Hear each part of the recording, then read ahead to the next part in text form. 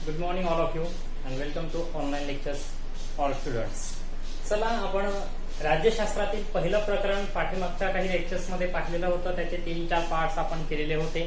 राज्यशास्त्राचे एकूण 5 चॅप्टर्स आहेत. मी तुम्हाला सांगितलेलं होतं. त्यातलं जे पहिलं चॅप्टर होतं संविधानाची वाटचाल, ते संविधानाची वाटचाल आपण या पाठीमागच्या लेक्चरला पाहिलेलं होतं. यानंतर आपण जे दुसरं चॅप्टर आहे 10वीच्या राज्यशास्त्रातील दुसरं चॅप्टर निवडणूक प्रक्रिया, बरोबर.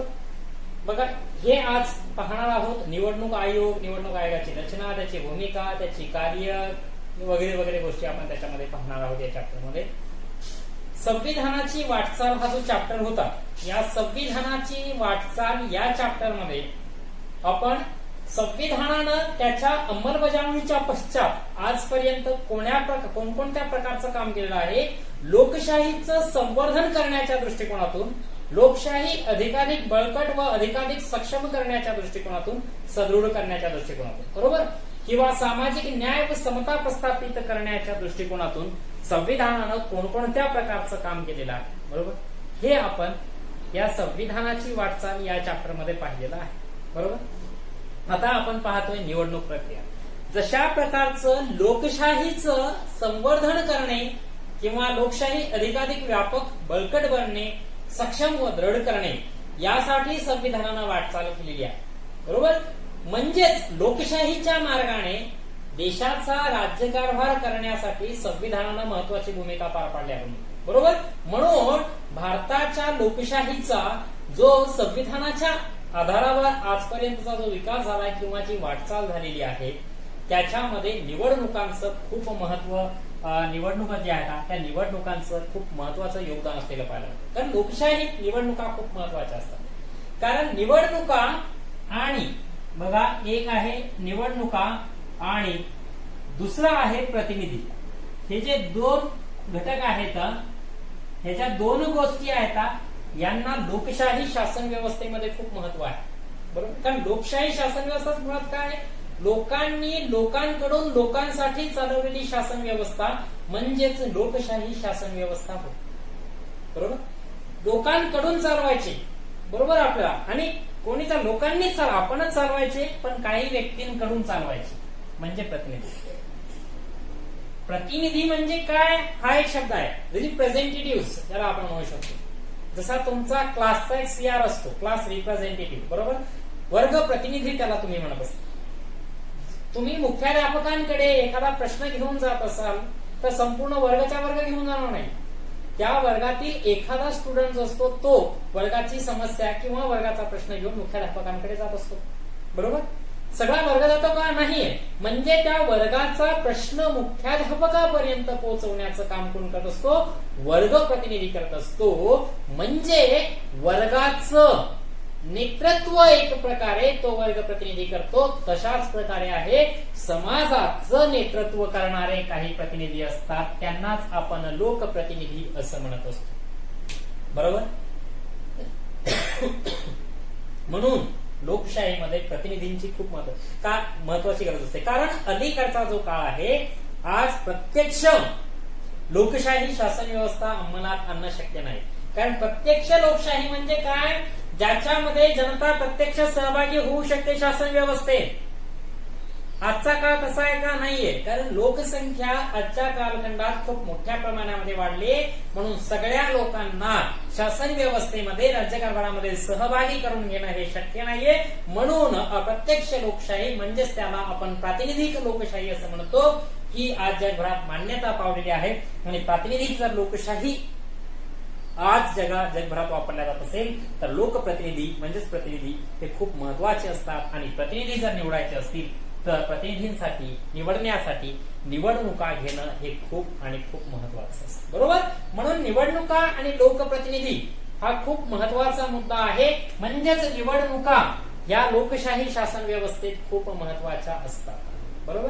पण ज्या निवडणुका आपण घेत असतो, ज्या निवडणुका आपण घेतोय, बरोबर, त्या निवडणुका खुल्या न्याय वातावरणात होणं, त्या विश्वासार्ह होणं तेवढंच गरजेचं आहे.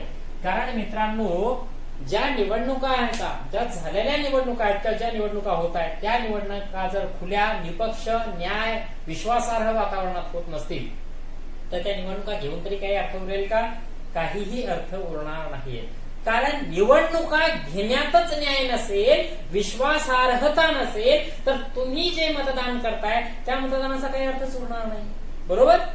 कारण मतदार जो आहे तो एखाद्या उमेदवाराला निवडून देतोय तर स्वतःचा विश्वास ठेवून त्याला निवडून देतोय. आणि जर त्या विश्वासाचं जतन होत नसेल, जर त्या विश्वासाचा घात होत असेल, तर साहजिकच विश्वासाचा घात होत असेल तर त्या निवडणुका काय कामाच्या? बरोबर? म्हणून निवडणुका ह्या खुल्या, न्याय, विश्वासार्ह वातावरणामध्ये होणं हे खूप गरजेचं असतं. आणि त्या निवडणुकांच्या माध्यमातून आपण लोकप्रतिनिधी निवडत असतो. पण लोकप्रतिनिधी निवडले म्हणजे झाले अशातलाही भाग नाहीये. ते लोकप्रतिनिधी जे असतात ते लोकप्रतिनिधी ते कार्यक्षम असणं गरजेचं असतं. ते लोकप्रतिनिधी प्रामाणिक असणं गरजेचं असतं. ते लोकप्रतिनिधी जनमताची कदर करणारे असणं गरजेचं असतं. जनमताची कदर करणारे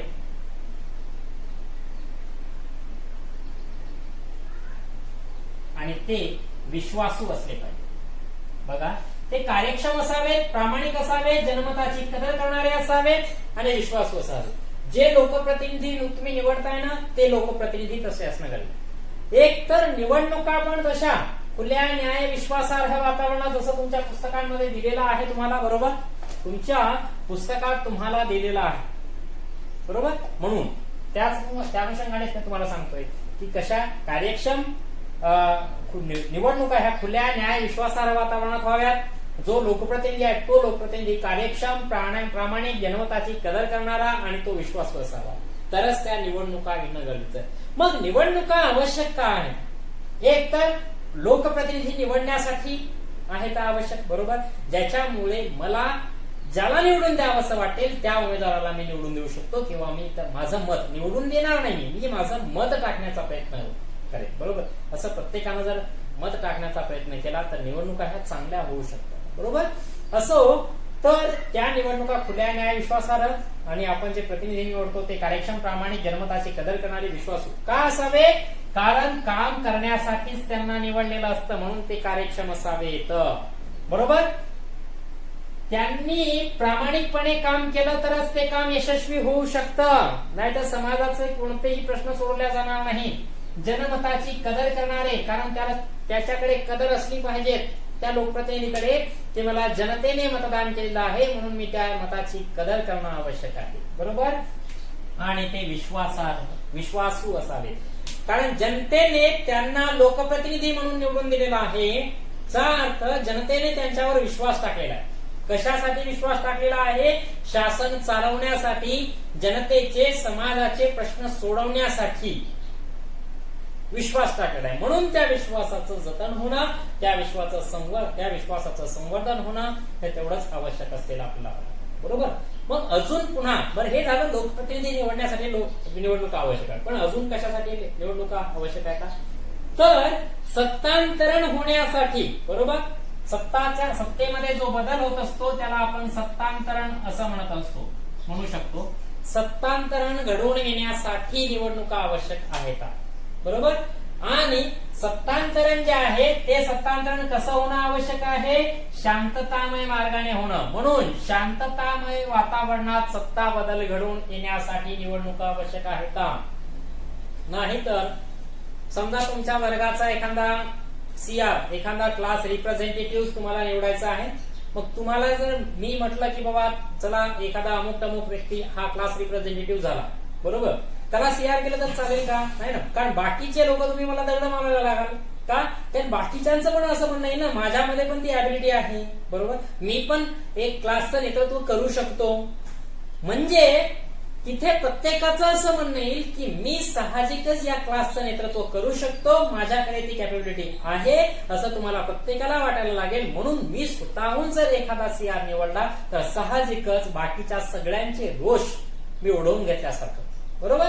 आणि निश्चितच बाकीचे माझ्यावर रोष उत्पन्न करतील, माझ्यावर राग भरतील आणि ज्याच्यामुळे मला तसा डायरेक्टली एखादा रिप्रेझेंटेटिव्ह निवडणं हे शक्य होणार नाहीये किंवा निवडता येणार नाही.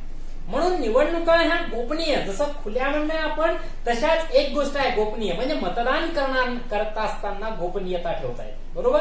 तुम्ही कोणाला, एखादा मतदार जो असतो तो कोणत्या उमेदवाराला मतदान देतोय हे कोणालाही दिसत नाही, त्या निवडणूक अधिकाऱ्याला सुद्धा कळणार नाही, बरोबर. ही गोपनीयता मुद्दामहून राखल्या जाते, कारण मतदाराला त्याचा मतदानाचा अधिकार जो आहे तो अगदी निपक्षपातीपणे बजावता यावा, यासाठीच ती निवडणुकीची तिथलची मतदान देतानाची गोपनीयता पण कायम ठेवल्या जात असते, बरोबर.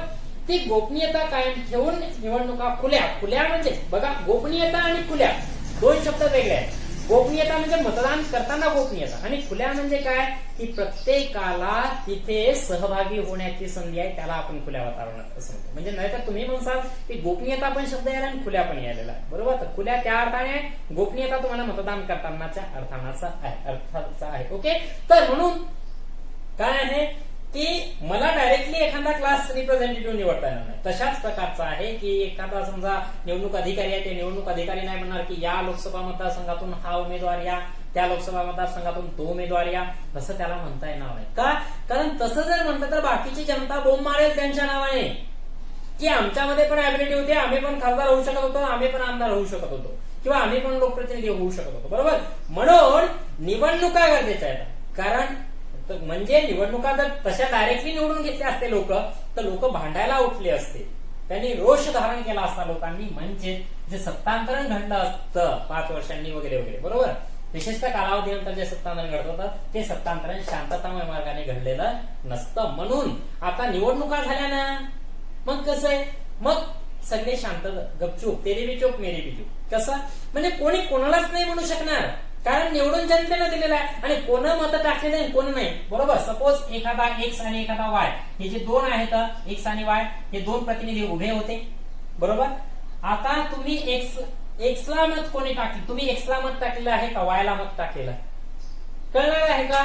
कोणालाच कळणार नाही, त्यालाच तर गोपनीयता देखील म्हटलेली आहे. म्हणजे जर उद्या एक्स उमेदवार निवडून आलेला आहे आणि वाय उमेदवार जो आहे तो पडलेला आहे, बरोबर, तर हा वाय उमेदवार तुम्हाला म्हणू शकणार आहे का तुम्ही मतदान त्याला केलं नाही म्हणून? म्हणू शकत नाहीये, बरोबर. म्हणून निवडणुका आवश्यक आहेत, कारण सत्तांतरण. आता समजा अगोदर वाय सत्तेत असेल तर आता सत्तेत कोण गेलाय? एक्स गेलाय. अगोदर सत्तेत कोण होता? वाय. आता कोण गेलाय? एक्स गेला. कारण निवडून कोणाला यावेळेस? एक्स आला. म्हणजे आता वाय जो आहे तुमच्यावर ठपका ठेवू शकणार आहे का तुम्हाला भांडायला येणार आहे तुम्ही मला मत का नाही टाकलं म्हणून? नाही येऊ शकणार. का? कारण त्याला कळत नाही ना तुम्ही मत मला त्याला तुम्ही मत टाकलेलं आहे का त्याला मत टाकलेलं नाही का.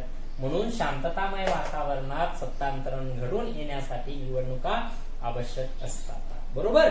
आणि दुसरी गोष्ट, एक तर शांततामय मार्गाने सत्तांतरण घडण्यासाठी, दुसरं अनेक पक्ष जे आहेत त्या अनेक पक्षांना संधी मिळते निवडणुकांमुळे. कारण अगोदर समजा हा वाय सत्तेत होता, यावेळेस एक्स सत्तेमध्ये आलेला आहे, बरोबर. म्हणजे वेगवेगळ्यांना हे संधी मिळायला लागली. आता जर संधी वेगवेगळ्या पक्षांना मिळत असेल तर साहजिकच पक्षाची धोरणे पण बदलल्या जाणार आहेत. कारण अगोदर वायच्या डोक्यातले विचार त्याच्या धोरणात उतरत होते, यावेळेस एक्सच्या डोक्यातले विचार त्याच्या धोरणामध्ये उतरणार आहेत, बरोबर. कारण आता सपोज एखाद्या, तुम्हाला उदाहरण, एखाद्या साधं उदाहरण देतो मी. एखादी स्कूल आहे सपोज, बरोबर. एखादी स्कूल आहे, एखादी शाळा आहे, त्या शाळेमध्ये एचएम असतो, बरोबर. पण आपण पाहतो की एखाद्या शाळेची खूप सारी डेव्हलपमेंट झालेली पाहायला मिळेल.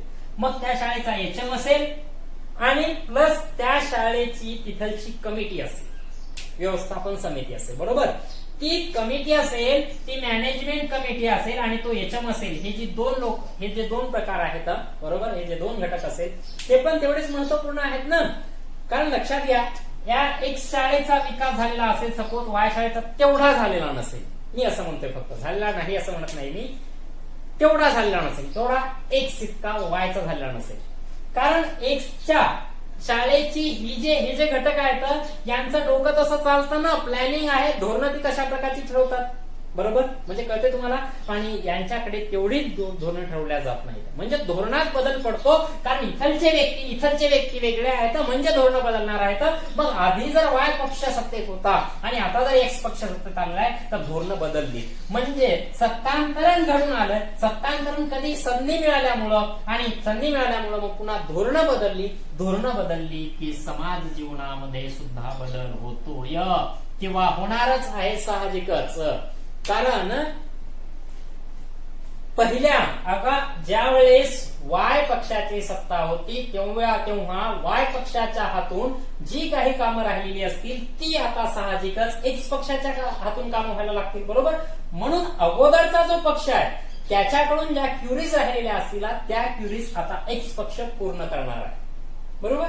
म्हणून साहजिकच आता समाज जीवनामध्ये बदल होणार आहे, कारण समाजातले असे काही समूह किंवा काही घटक या वायच्या हातून राहिले असतील विकास पावायचे तर त्या एक्सच्या हातून होणार आहेत, म्हणजे समाज जीवनामध्ये बदल घडून होणार आहे. म्हणून निवडणुका ह्या खूप महत्वाच्या लोकशाही शासन व्यवस्थेमध्ये असतात असं सांगता येते. ओके, तर त्या ज्या निवडणुका येतात त्या खुल्या, विश्वासार्ह, न्याय वातावरणामध्ये होणं खूप गरजेचं आहे. प्लस ते उमेदवार आपण निवडून देतो ते कार्यक्षम असणं, प्रामाणिक असणं, जनमताचा कदर करणारे, विश्वासू असणं खूप गरजेची असतात. ओके, असो तर अशा प्रकारच्या निवडणुका घेण्यासाठी आपल्याला देशामध्ये भारतामध्ये एका स्वतंत्र अशा प्रकारच्या निवडणूक आयोगाची तरतूद केलेली आपल्याला पाहायला मिळते. त्यानुसार राष्ट्रीय स्तरावर सुद्धा एक निवडणूक आहे, राष्ट्रीय निवडणूक आयोग त्याला आपण म्हणतो. त्याच्याशिवाय प्रत्येक राज्याच्या ठिकाणी सुद्धा राज्य निवडणूक आयोगाची स्थापना करण्यात आलेली आपल्याला पाहायला मिळते. तर त्या राष्ट्रीय निवडणूक आयोग, त्या राज्य निवडणूक आयोग या निवडणूक आयोगांना अगदी निवडणुकांच्या तारखा जाहीर करणे किंवा निवडणुकांचं अगदी प्लॅन ठरवणे तिथपासून तर निवडणुकांचे निकाल जाहीर करण्यापर्यंतची सगळी कामं जी आहेत ती अत्यंत कार्यक्षमपणे, स्वतंत्रपणे आणि तेवढ्या जबाबदारपणे करावी लागत असतात. तर त्याच कारण ही लोकशाही जी असते ती लोकशाही या निवडणुकांवर खूप सारी डिपेंड असते. म्हणून त्या निवडणुका अशा या खुल्या, न्याय, विश्वासार्ह, निपक्षपाती वातावरणात घेणं हे खूप कठीण असतं आणि देशाचा विस्तार, देशाची लोकसंख्या तर खूप जास्त आहे, त्याचा विचार करूनही निवडणुका घेणं खूप जिकिरीचं काम असतं. म्हणून एका स्वतंत्र या आयोगाची स्थापना करण्यात आलेली आहे आणि आपण या ठिकाणी राष्ट्रीय निवडणूक आयोगाचाच विशेषत्वाने विचार करणार आहोत. तर त्या राष्ट्रीय निवडणूक आयोगाची रचना, त्याची कार्य, त्याची भूमिका, निवडणूक आयुक्ताचे कार्य वगैरे आपण या सगळ्या गोष्टींविषयी प्रस्तुत पाठामध्ये चांगल्या प्रकारची चर्चा करणार आहोत. हे आपल्याला पाहायला मिळेल. ओके, तर आता निवडणूक आयोग हा तुम्हाला पॉइंट दिलेला आपल्याला पाहायला मिळेल. ओके, निवडणूक आयोग हा पॉइंट आहे. बघा लक्षात घ्या मित्रांनो, निवडणूक आयोग आपल्याला विशेषत्वानं राष्ट्रीय निवडणूक आयोगाशी संबंधित दिलेला आहे, राज्य निवडणूक आयोगाशी संबंधित जास्त दिलेला नाहीये. ओके, पण राज्य निवडणूक आयोग सुद्धा असतो प्रत्येक राज्याच्या ठिकाणी आणि केंद्रावर असतो राष्ट्रीय निवडणूक आयोग. तर आपण जो पाहतोय हा राज्य निवडणूक आयोग पेक्षा जास्त फोकस आपण राष्ट्रीय निवडणूक आयोगाकडे करत असतो. देशाच्या केंद्रस्थानी एक महत्वाचा घटक म्हणून निवडणुका घेण्यासाठी स्थापन करण्यात आलेला आहे, जो आहे निवडणूक आयोग. एका स्वतंत्र निवडणूक आयोगाची स्थापना भारतीय संविधानाच्या कलम 324 अन्वये करण्यात आलेली आहे. बघा तुमच्या पुस्तकामध्ये जे दिलेलं आहे की केंद्रस्थानी अर्थातच एका निवडणूक आयोगाची स्थापना करण्यात आलेली आहे. संविधानाचं जे कलम 324 आहे त्या कलम 324 अन्वये या निवडणूक आयोगाची स्वतंत्र अशा प्रकारची तरतूद करण्यात आलेली आहे, ज्यानुसार निवडणूक आयोग स्थापन करण्यात आलेला आहे. इलेक्शन कमिशन ज्याला आपण म्हणतो, बरोबर. तर हा एक आयोग स्वतंत्र असलेला आपल्याला पाहायला मिळतो. या आयोग जो आहे 324 कलमा अन्वये त्याची तरतूद करण्यात आलेली आहे. याच्यामध्ये एक प्रमुख आयुक्त असतो आणि त्याच्यानंतर दोन अलीकडच्या काळामध्ये 2 आयुक्त, अजून त्याच्या मदतीला 2 आयुक्त तिथे नेमल्या जात आहेत. एक प्रमुख आयुक्त असतो आणि 2 आयुक्त असतात असं म्हणावं लागेल. मी उप वगैरे हा शब्द काही वापरत नाहीये. एक मुख्य आयुक्त असतो आणि त्याच्या मदतीला अजून 2 आयुक्त असतात अलीकडच्या काळामध्ये. कारण जो गैरव्यवहार वगैरे सगळ्या गोष्टींचा विचार करणे किंवा कामाचं डिवायडेशन वगैरे या सगळा भार सांभाळणे, कारण दिवसेंदिवस लोकसंख्या, मतदारांची संख्या वाढत चालली आहे, या गोष्टींचा विचार करून 90च्या नंतर जे आहे 90चे दशक आहे त्या दशकात मला वाटतं 95-96चा काळ आहे, तिथून 2 अजून त्याला 2 सपोर्टेड आयुक्त नेमण्याची तरतूद पण करण्यात आलेली आहे, म्हणून अजून 2 आयुक्त. तर हा जो आयुक्त असतो या आयुक्ताची नेमणूक कोण करत असतो? जो देशाचा राष्ट्रपती असतो तो देशाचा राष्ट्रपती त्याची नेमणूक करत असतो, आयुक्तांची नेमणूक करत असतो. प्लस जो हे आहे निवडणूक आयोग आहे, निवडणूक आयोगाला स्वतंत्र खर्चाची तरतूद असते. कारण इलेक्शन घेण्यासाठी जो पैसा खर्चला जात असतो तो पैसा शासनाच्या तिजोरीत देशाच्या तिजोरीतून डायरेक्टली निवडणूक आयोगाला मिळत असतो, म्हणजे स्वतंत्र खर्चाची तरतूद असते. आणि हे जे निवडणूक आयुक्त असतात या निवडणूक आयुक्ताला सहजासहजी पदावरून पदभ्रष्ट केल्या जात नाहीये. आणि विशेषत्वानं राजकीय कारणावरून तर नाहीये, कारण मुळातच ते जे निवडणूक आयुक्त असतात त्या निवडणूक आयुक्तांना राजकारणात जास्त इंटरेस्ट नसतो, किंवा तशा प्रकारचेच निवडल्या जात असतात की जेणेकरून राजकारणात कोणत्याही प्रकारे ते गैरव्यवहार करणार नाहीत, म्हणून त्यांना राजकीय ठपका ठेवून कोणत्याही प्रकारे पदभ्रष्ट करता येत नाहीये, एरवी सुद्धा पदभ्रष्ट करता येत नाही. जो निवडणूक आयोग आहे एक स्वतंत्र यंत्रणा असलेली आपल्याला पाहायला मिळते, ज्याचा सरकारशी किंवा कोणत्याही पक्षाशी कोणत्याही प्रकारचा संबंध नाहीये. कारण जर सरकारचा संबंध असला तर सत्तेत असणारं सरकार कदाचित या निवडणूक आयोगाला आपल्या अंडरखाली त्याने घेतलं असतं आणि पुढच्या निवडणुकीमध्ये तसा गैरव्यवहारही करता आला असता, बरोबर. म्हणून निवडणूक आयोग ही एक स्वतंत्र यंत्रणा असलेली आपल्याला पाहायला मिळते. हे जे निवडणूक आयोग आहे या निवडणूक आयोग बघा इकडे दिलेला आहे स्वतंत्र खर्चाची तरतूद वगैरे. आता पुढे एक मुद्दा तुम्हाला दिलेला आहे इकडच्या बाजूला याच्यामध्ये की स्वतंत्र कर्मचारी वर्ग याच्याकडे नसतोय. ओके, स्वतंत्र कर्मचारी वर्ग असा नसतो याच्या बाबतीमध्ये. आयुक्ताच्या बाबतीत एक सांगतो तुम्हाला, पहिला निवडणूक आयुक्त जो आहे तुम्हाला दिलेले आहेत सुकुमार सेन वगैरे दिलेले आहेत, जे पहिल्या निवडणुकीच्या कालखंडामध्ये होते.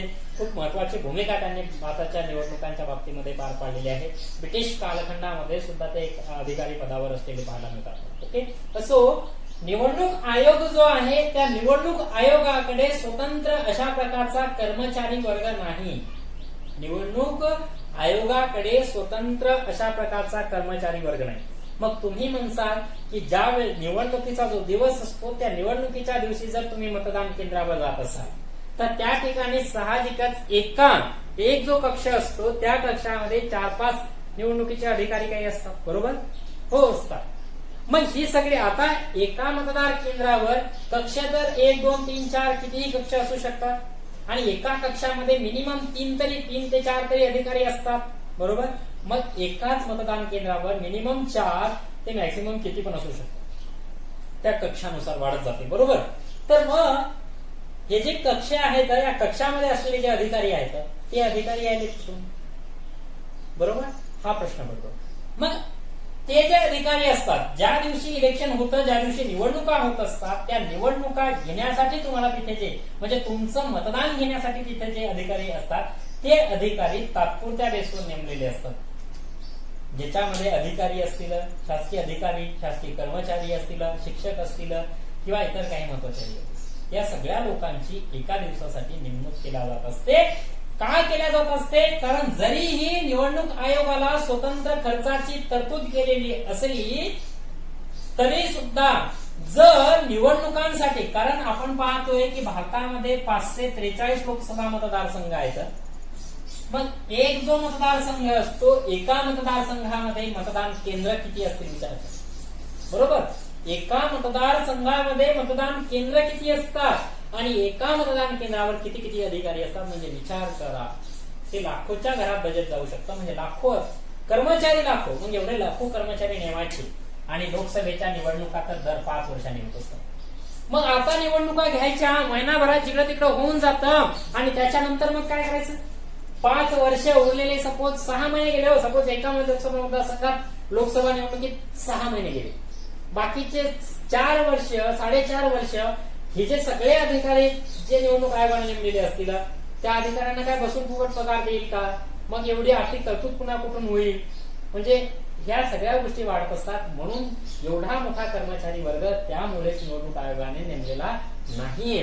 हा आहे ना, निवडणूक आयोगाकडे कर्मचारी वर्ग आहे, कारण निवडणूक आयोगाची जी कार्यालय असतात त्या कार्यालयापुरते तेवढे निवडणूक अधिकारी असतात, कर्मचारी असतात, बरोबर. बाकी नाही. तुम्हाला जे त्या निवडणूक कक्षामध्ये पाहायला मिळतात, मतदान कक्षात पाहायला मिळतात ते नसतात, ते त्या निवडणूक आयोगाचे नसतात. किंवा मग ते जिल्हा कार्यालय असेल, तालुक्याच्या ठिकाणी वगैरे असेल किंवा राज्याच्या ठिकाणी इतरचे ते नसतात. तर एखादा शिक्षक, एखादा इतर अधिकारी असेल, कर्मचारी असेल, शासकीय अधिकारी, कर्मचारी या लोकांची एका दिवसासाठी निवडणूक घेण्यासाठी नेमणूक केलेली असं ते हे पण आपल्याला तेवढंच सांगता येईल. असो तर अशा प्रकारे जे निवडणूक आयोग आहे त्या निवडणूक आयोगाचे एका स्वतंत्र अशा प्रकारच्या यंत्रणेची निवडणूक आयोग या यंत्रणेची स्थापना भारतीय संविधानानुसार केलेली आपल्याला पाहायला मिळते. संविधानात कलम 324 मध्ये तशा प्रकारची तरतूद करण्यात आलेली आहे. बरोबर. ज्याच्यामध्ये एक आयुक्त व त्याच्या मदतीसाठी अजून 2 आयुक्तांची नेमणूक केल्या जात असते. आयुक्तांची नेमणूक ही भारताच्या राष्ट्रपतीकडून केल्या जात असते.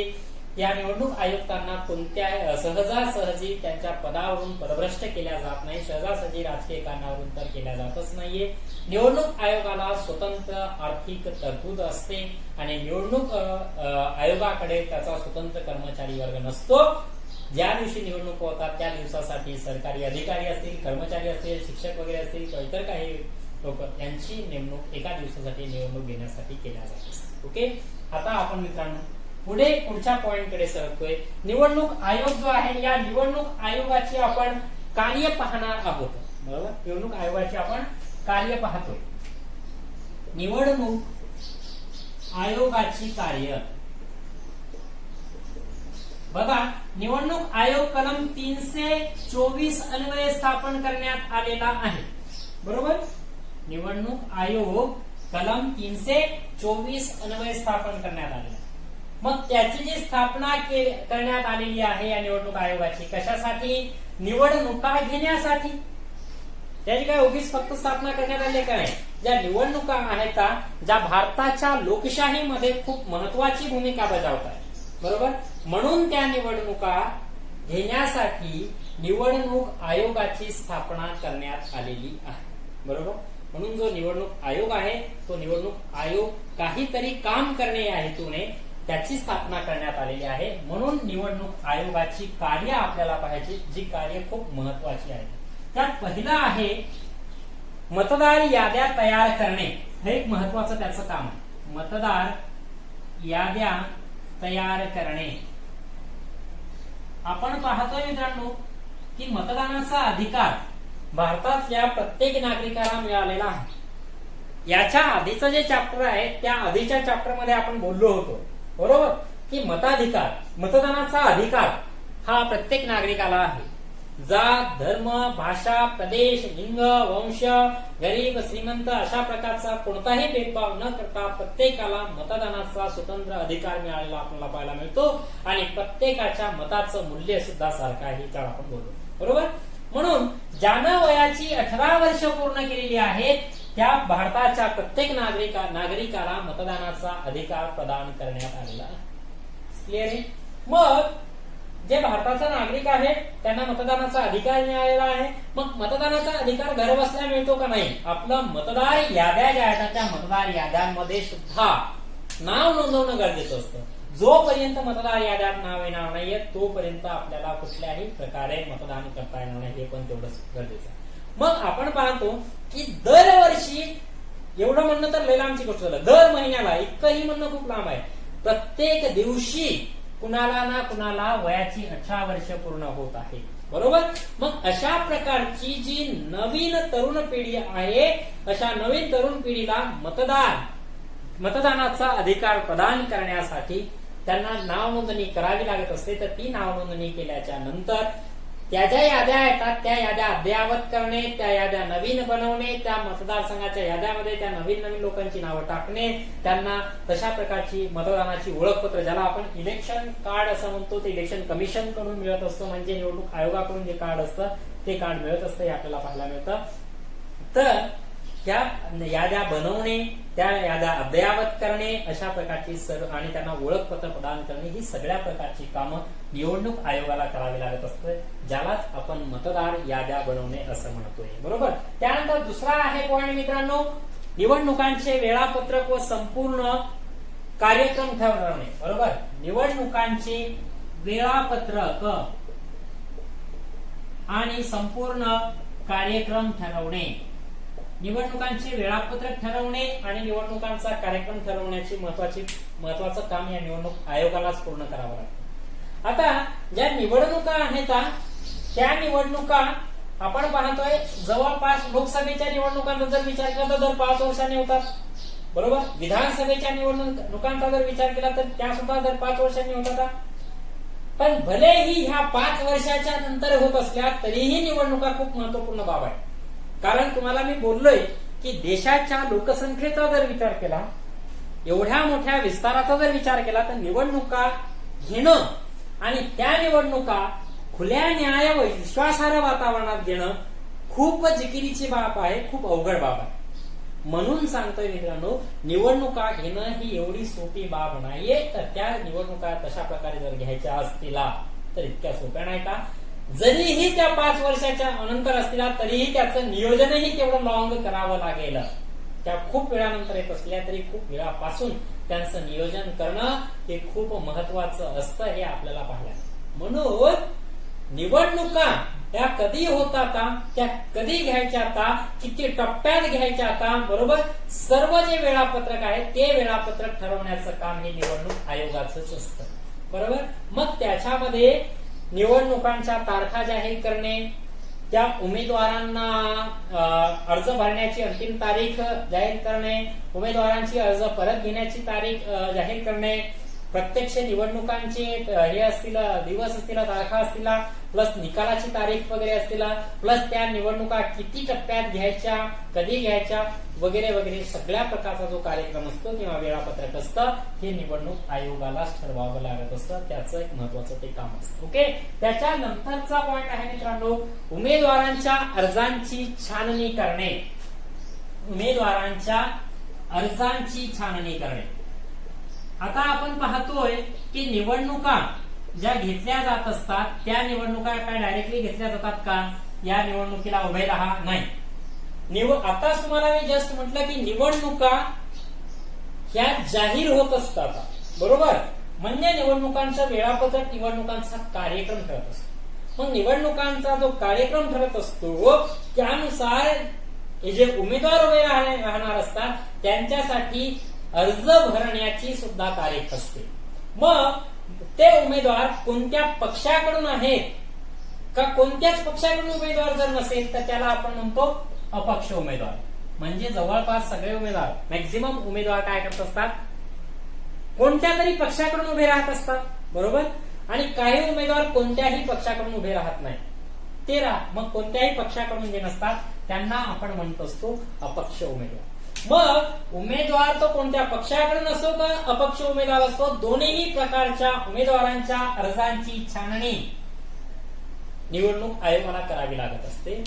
आणि जर ते अर्ज अपात्र असतील किंवा अर्जामध्ये किंवा डॉक्युमेंटरी काही क्युरीज आढळतील, काही कमतरता जर आढळत असेल तर साहजिकच त्या उमेदवाराची उमेदवारी अपात्र सुद्धा निवडणूक आयोग करू शकतं किंवा तो अर्ज कॅन्सल करू शकतं.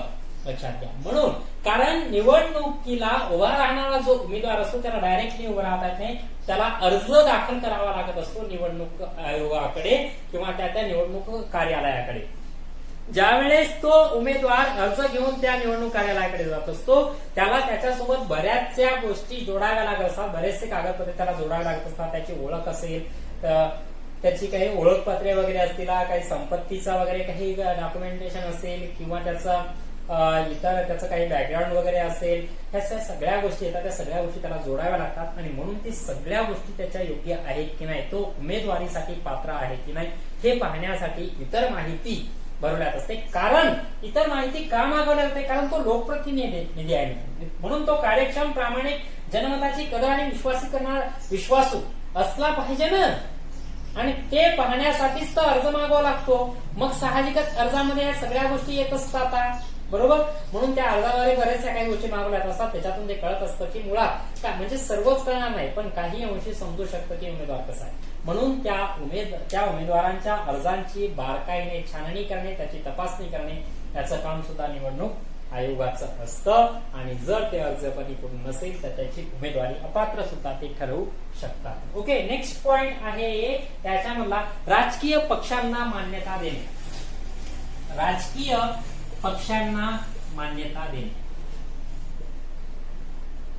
बघा लक्षात घ्या मित्रांनो, भारतामध्ये आपल्याला पाहायचंय याच्यानंतरचा जो चॅप्टर आहे तो चॅप्टरच राजकीय पक्ष याच्यावर आहे. राजकीय पक्ष याच्यावर तो चॅप्टरच आहे. त्यानंतर म्हणून आपल्याला पाहायचं की भारतात काही राजकीय पक्ष आहेत. भारतात एकूण 7 राजकीय पक्ष असलेले राष्ट्रीय पक्ष, राष्ट्रीय पक्ष भारतात 7 आहेत आणि राज्यस्तरीय अनेक आहेत. राष्ट्रीय पक्ष, राज्यस्तरीय पक्ष, बरोबर, हे अशा प्रकारे काही मान्यता असलेले आणि काही मान्यता नसलेले फक्त नोंदणीकृत पक्ष, अशा प्रकारे काही असतात पक्ष. आता बघा, लक्षात घ्या, राष्ट्रीय पक्ष, राज्यस्तरीय पक्ष ही मान्यता असते, हा त्याचा स्तर असतो. राष्ट्रीय पक्ष म्हणजे जे संपूर्ण देशभर चालत असतात. राष्ट्रीय पक्ष होणे किंवा राज्यस्तरीय पक्ष होणे याच्यासाठी काही निकष आहेत, जे नेक्स्ट चॅप्टर मध्ये आहेत ते पाहायचे आपल्याला. ते काही निकष आहेत राज्यस्तरीय पक्ष किंवा राष्ट्रीय पक्ष होण्यासाठी. मग राज्यस्तरीय किंवा राष्ट्रीय पक्ष म्हणून मान्यता मिळवायची असेल एखाद्या पक्षाला, तर ज्या निवडणूक आयोगानं निकष ठरवून दिले आहेत त्या निकषांची जर परिपूर्णता झाली तरच त्याला राष्ट्रीय पक्ष किंबहुना राज्यस्तरीय पक्ष म्हणून मान्यता मिळत असते. एरवी मिळत नाही, लक्षात, बरोबर. म्हणून पाहतोय एकतर मुळातच भारत हा कसा राष्ट्र आहे, साम्यवादीचाही आहे आणि भांडवलशाहीचा पण आहे. म्हणजे भारत हा अलिप्ततावादी राष्ट्र आहे, बरोबर. भारताची अर्थव्यवस्था पण मिश्र असलेली पाहायला मिळते. म्हणून इथे राजकीय पक्ष स्थापन करण्यास पूर्णपणे, सोप्या भाषेत सांगतो, जी मूलभूत अधिकारांमध्ये जो स्वातंत्र्याचा अधिकार आहे त्या स्वातंत्र्याच्या अधिकारामध्ये एक अधिकार आहे मित्रांनो, संघटन स्वातंत्र्य किंवा संघटना स्थापन करण्याचं स्वातंत्र्य आहे. आता संघटनातून तर पक्ष होत असतात मित्रांनो, बरोबर, कारण पक्ष ही एक संघटनाच आहे. म्हणजे संघटना स्थापन करण्याचा अधिकार आहे, म्हणजे पक्ष पण स्थापन करण्याचा अधिकार प्रत्येकाला इथे दिलेला आहे, बरोबर. ते स्वातंत्र्य आहे. मग त्या स्वातंत्र्याच्या अधिकारानुसार, त्या मूलभूत अधिकारानुसार भारतात कोणी सुद्धा पक्ष स्थापन करू शकतो. आणि अलीकडे आपण पाहतोय की जसं तुम्हाला पहिल्या चॅप्टर मध्ये मताधिकार हा पॉइंट सांगताना मी सांगितलं होतं, बरोबर, की भारतात 21 वर्षावरून 18 वर्षावर मतदानाचा अधिकार आलेला आहे. याच्यामुळे संख्यात्मक वाढ झालेली आहे. नवीन युवा वर्ग जो आहे, नवीन तरुण पिढी जी आहे यांना मतदानाचा अधिकार मिळाला आहे आणि त्या तरुण पिढींच्या मागण्या वेगवेगळ्या प्रकारच्या आहेत. त्या तरुण पिढींच्या मागण्यासाठी नवनवीन पक्षांची स्थापना झाली. तर अशा प्रकारचे नवनवीन पक्ष स्थापन होत आहेत. पहिल्या पक्षातून डिवाइड होऊन पुन्हा काही नवीन पक्ष तयार होत आहेत, बरोबर. तर अशा प्रकारचे नवीन झालेले पक्ष किंवा डिवाइड होऊन तयार झालेले पक्ष असतील, अशा प्रकारे अनेक पक्ष तयार होताना आपल्याला पाहायला मिळेल, बरोबर. आणि हे जे पक्ष आहेत, नवनवीन जे राजकीय पक्ष होतात त्या नवनवीन राजकीय पक्षांना मान्यता देणे, बरोबर, त्यांना तशा प्रकारे त्यांना एखादं बोधचिन्ह वगैरे देणे, किंबहुना काही पक्ष जे आहेत, काही पक्षांनी त्यांचे जे निकष आहेत ते निकष जर पूर्ण केलेले असेल तर त्या पक्षांची मान्यता रद्द करणे हा सुद्धा अधिकार त्या निवडणूक आयोगाला असलेला आपल्याला पाहायला मिळतो, जे तुमच्या चॅप्टर मध्ये तुम्हाला दिलेला आहे हे आपल्याला पाहायला मिळते, बरोबर. म्हणून पक्षाला मान्यता देणे किंवा पक्षाची मान्यता काढून घेणे हे दोन्ही अधिकार निवडणूक आयोगाला असलेले पाहायला मिळतात. आणि 5वं आहे निवडणुकांसंबंधीचे वाद आहे. वाद सोडवणे, निवडणुकांसंबंधी वाद सोडविणे. बघा मित्रांनो, लक्षात घ्या, वाद सोडविण्याचं काम करायचं आहे निवडणुकांसंबंधीची. काय करायचंय, निवडणूक आयोगाला वाद सोडवायचे आहे, पण वाद हे निवडणुकांसंबंधीचेच असले पाहिजेत. कारण आपण पाहतो की निवडणुकांच्या दरम्यान काही वाद होतात किंवा काही गैरव्यवहार होऊ शकतात किंवा अर्जात काही फॉल्ट असू शकते वगैरे वगैरे. मग जो पण फक्त निवडणुकांशी संबंधित जर काही वाद असेल तर तो वाद सोडवण्याचं काम पण निवडणूक आयोगाचंच असतं.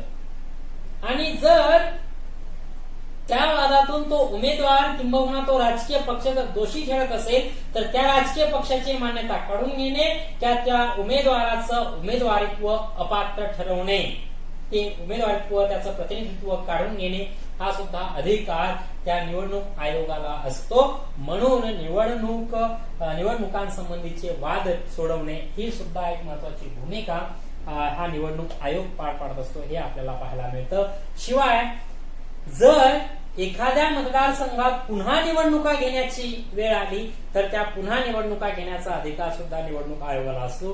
कारण एखाद्या मतदारसंघातील एखादा जर उमेदवार किंवा प्रतिनिधी अपात्र ठरत असेल तर ती जागा रिकामी होते, म्हणून तिथे पुन्हा पोटनिवडणूक घ्यावी लागत असते, हे आपल्याला पाहायला मिळतं. तर ती पोटनिवडणूक घेणं, एखाद्याचा मृत्यू झाला असेल तर तिथे सुद्धा निवडणूक घ्यावी लागत असते. या निवडणुका घेण्याचं सुद्धा या निवडणूक आयोगाचं काम असतं, हे आपल्याला पाहायला मिळते. ओके, इकडे काही गोष्टी दिल्या आहेत तुम्हाला. जसं इकडे उमेदवारांना फक्त वयाची अट असताना त्यांनी इतर माहिती निवडणूक आयोगाला देणे का महत्वाचे असते? कारण त्यानं वय पूर्ण केलं म्हणजे ते नाही, तो भारताचा नागरिक असावा, तो दिवाळखोर नसावा, तो वेडा नसावा, तो क्रिमिनल नसावा, म्हणजे त्याने गुन्हा केलेला नसावा, एखादा शिक्षा भोगलेली नसावी, वगैरे वगैरे अशा प्रकारचं. ह्या गोष्टी नसल्या पाहिजेत ना, कारण तो विश्वासार्ह असणं गरजेचं आहे. बरोबर, म्हणून उमेदवारांना त्यांच्याकडील मालमत्तेची निवडणूक आयोगाला का माहिती द्यावी लागते, हा मुद्दा आहे. अलीकडे तर नवीन मुद्दा आला मित्रांनो, की अपडेट काही दिवसाच्या नंतर तुमच्या मालमत्तेची माहिती द्यावी लागते. बरोबर, का? कारण बघा, लक्षात घ्या, ज्या निवडणुका येतात त्या निवडणुकांच्या दरम्यान काही आर्थिक गैरव्यवहार होऊ नयेत, हा हेतू निवडणूक आयोगाचा आहे. म्हणून तुमच्याकडे मी उमेदवार म्हणून उभा राहत असेल तर माझ्याकडे किती संपत्ती आहे, माझ्याकडे किती मालमत्ता आहे, हे मला निवडणूक आयोगाला अगोदर दाखवावं लागतं. आणि निवडणूक आयोगाने जर नंतर मागवलं तर पुन्हा दाखवावं लागतं. म्हणजे माझ्याकडे अगोदर जर काही पैसा असेल आणि त्यातला पैसा नंतर खूप कमी झाला असेल, बरोबर, तर निवडणूक आयोग ग्राह्य धरू शकतं ना, की मी तो त्या काळामध्ये त्याचा गैरव्यवहार केला निवडणुकीच्या काळामध्ये, बरोबर, असं होऊ शकतं. म्हणून ते मागवतं. इकडे काय दिलंय, अनुसूचित जाती अनुसूचित जमातींसाठी काही मतदारसंघ राखून ठेवले जातात. असे काय केले जाते? कारण प्रस्तुत समूह जो आहे, या समूहाचे पण काही प्रतिनिधी राजकारणात जायला हवेत, संसदेत जायला हवेत, याच्यासाठी ते निवडून त्यांना राखीव जागा ठेवल्या जात असतात, हे आपल्याला पाहायला मिळतं. बरोबर, पुढे सर्वच राजकीय पक्षांना निवडणूक चिन्हे असतात. बरोबर, कारण भारतातली अजूनही काही जनता निरक्षर आहे. मग निरक्षर आहे म्हणल्यावर त्याला त्या उमेदवाराचं नाव इकडे दिलेलं असेल तर ते नाव त्याला वाचता येईल का? नाही, पण चिन्ह इकडे दिलेलं असतं, तर चिन्ह दिसतं ना, म्हणून त्या चिन्हाला पाहून तो काय करू शकतो, मतदान करू शकतो. मतदानाच्या वेळी आणि मतमोजणी करताना राजकीय पक्षाचे काही अधिकृत प्रतिनिधी हजर असतात. बरोबर आहे, कारण निवडणूक आयोग स्वतः होऊन त्या सपोज हे X आणि Y दोन पक्ष आहेत, बरोबर आहे, दोन्ही पक्षांच्या उमेदवार काही प्रतिनिधींना मतमोजणी करणारा जवळ तिथं बसवलेलं असतं. कारण की समोर त्यांच्या मतमोजणी झाली की विश्वासार्हता जी असते निवडणुकीची ती कायम राहत असते. याच्यासाठी दूरदर्शन, आकाशवाणी व प्रसार माध्यमांवर आपली बाजू मांडण्याची सर्व मान्यता प्राप्त पक्षांना समान संधी असते. बरोबर, सर्व पक्षांना समान संधी असते. कारण त्याला आपण पक्ष प्रचार असं म्हणत असतो, तर ती पक्ष प्रचाराची संधी पण सर्वांना असते, हे आपल्याला सांगतात. तर अशा प्रकारे निवडणूक आयोगाची प्रस्तावना, निवडणूक आयोग म्हणजे काय आणि निवडणूक आयोगाचे कार्य याविषयी आपल्याला सांगता येईल. नेक्स्ट जो हे असेल लेक्चर, आपल्याला त्या नेक्स्ट लेक्चरमध्ये या चॅप्टरचा राहिलेला उर्वरित पाठ पाहूया. धन्यवाद. तोपर्यंत हा चांगला अभ्यासून घ्यायचा.